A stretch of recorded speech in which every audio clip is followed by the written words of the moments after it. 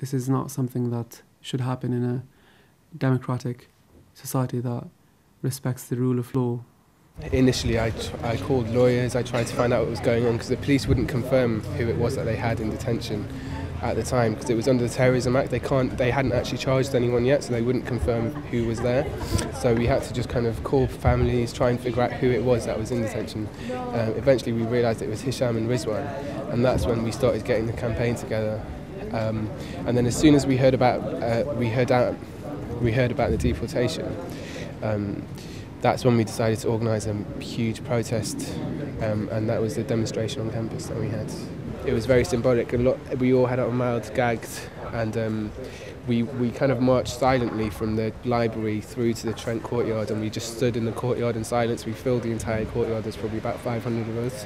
And I was very fortunate to have the deportation declared, essentially suspended.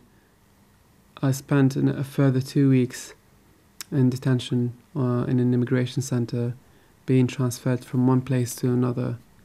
In total, I've been in 5 detention centres.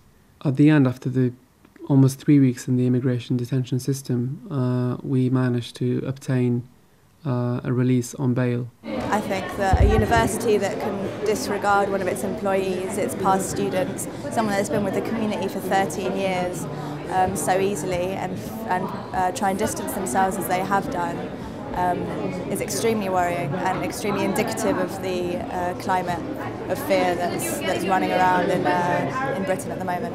If we want to understand terrorism, then we need to look at it. There used to be, there's those old maxims of nothing human is alien to me, or other maxims like know your enemy. But unfortunately, I think we have become an academia that is no longer brave, no longer courageous in the pursuit of knowledge, in the pursuit of truth, but have become rather timid. How can you understand an organisation, any organisation, be it Al-Qaeda or be it, I don't know, McDonald's, without having access to its strategies? That's the relevance it had. I could not have conducted my research without having a look at this document. It had everything to do with my research. It still has everything to do with my research, and I've already used it, and I will continue to use it in the future because it's very, very fundamental and important for my research.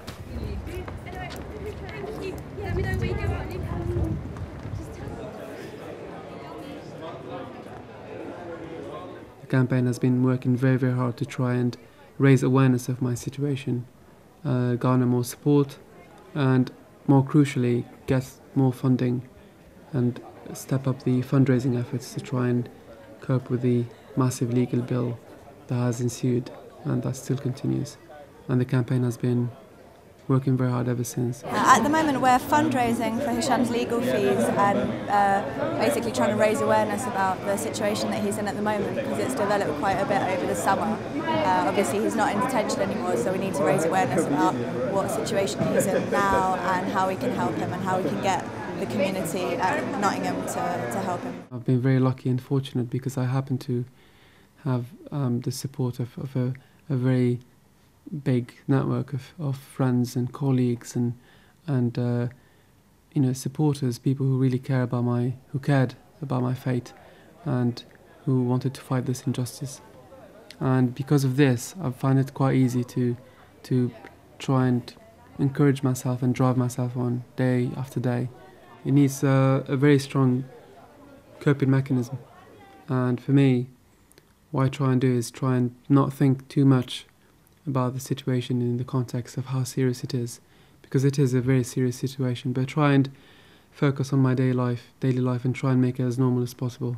I still do the things I like to do. I spend a lot of time, as much as I can really, reading, writing, working on my magazine, seeing my friends, my loved ones, and working with the campaign and trying to be useful and helpful to them in their work. Battle of the Titans. This time next month I could be in jail, I could be back in a deportation centre. I could be out of the country by then, or I could be a free man.